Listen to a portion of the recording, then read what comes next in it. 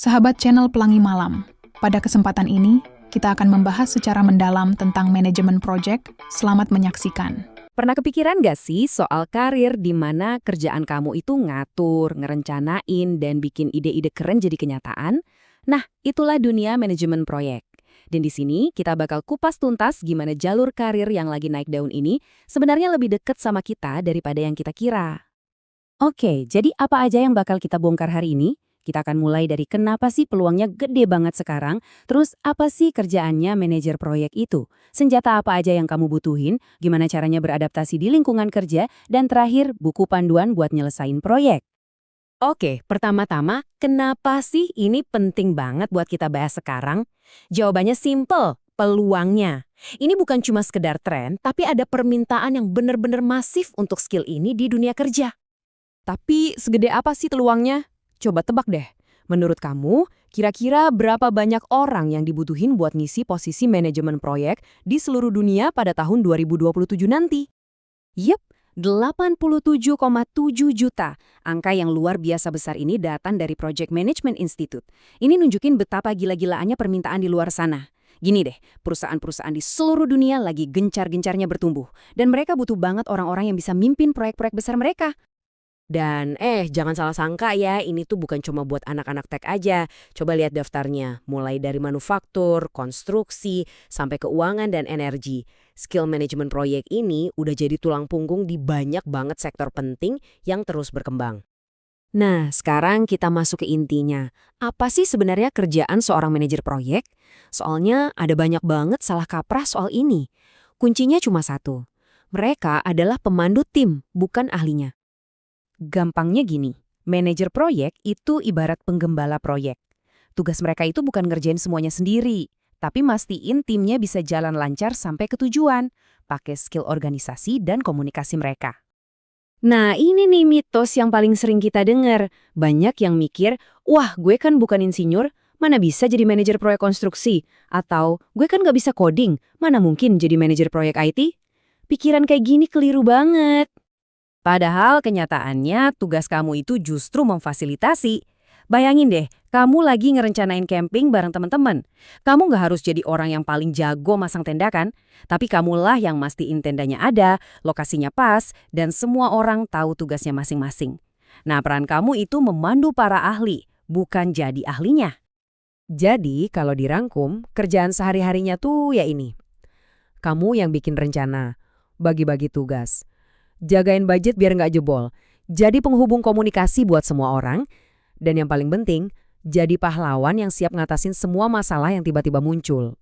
Sekarang kita lihat yuk senjata apa aja yang kamu butuhin. Dan siap-siap kaget ya, karena sebenarnya banyak dari skill ini udah kamu punya dan bahkan kamu pakai setiap hari. Coba lihat deh daftarnya. Prioritas itu sama aja kayak kamu tahu harus nutupin lantai dulu sebelum ngecat tembok. Delegasi itu pas kamu minta tolong teman kamu yang paling rapi buat ngecat bagian pinggiran yang susah. Skill lain kayak fleksibel, negosiasi, sampai nengahin konflik, itu semua kan hal-hal yang sering kita lakuin sehari-hari. Intinya apa? Intinya, kamu itu udah punya dasarnya. Sadar atau enggak, pas kamu ngerencanain acara keluarga, ngatur budget bulanan, atau bahkan pas lagi ngerjain tugas kelompok, sebenarnya kamu itu lagi ngejalanin manajemen proyek. Oke, tapi perlu diingat ya, pekerjaan manajer proyek itu bisa beda-beda di tiap perusahaan. Kenapa? Karena lingkungan kerjanya, terutama struktur dan budayanya, ngaruh banget ke cara kamu kerja. Kita mulai dari struktur organisasi. Anggap aja ini peta perusahaan. Peta ini nunjukin siapa lapor ke siapa yang berhak ambil keputusan, dan gimana alur komunikasinya. Biasanya ada dua jenis struktur yang bakal sering kamu temuin. Pertama, struktur klasik yang top-down. Jalurnya jelas, kamu lapor ke satu bos. Simple. Tapi, ada juga struktur matriks. Nah, di sini kamu kayak ada di tengah jaring laba-laba. Kamu bisa jadi lapor ke beberapa orang sekaligus, yang artinya kamu punya otonomi lebih, tapi juga harus lebih pinter negosiasi buat dapatin sumber daya buat tim kamu. Selain struktur, ada yang namanya budaya perusahaan, ibaratnya kepribadian perusahaan itu sendiri. Apakah mereka tipe yang gerak cepat, yang penting jadi, kayak startup? Atau tipe yang pelan-pelan asal selamat, kayak bank besar? Ini bakal nentuin banget cara kamu ngejalanin proyek. Oke, sekarang kita masuk ke buku panduannya. Ini adalah kerangka kerja atau metodologi yang dipakai para manajer proyek buat mengubah ide jadi kenyataan. Pada dasarnya, mau proyeknya segede atau sekecil apapun, pasti bakal ngelewatin 4 fase ini. Mulai dari inisiasi, di mana idenya disetujuin. Lanjut ke perencanaan, di mana semua detail diatur. Terus eksekusi, saatnya kerja. Dan terakhir, penutupan, di mana hasilnya diserahin dan saatnya selebrasi. Ini proses yang logis banget.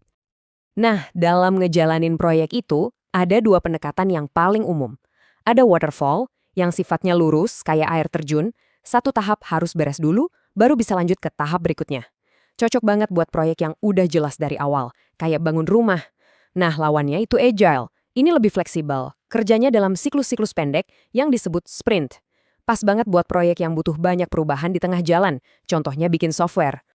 Ada juga nih satu lagi kerangka kerja yang keren banget, namanya Lean Six Sigma, dengan siklus DMAIC-nya.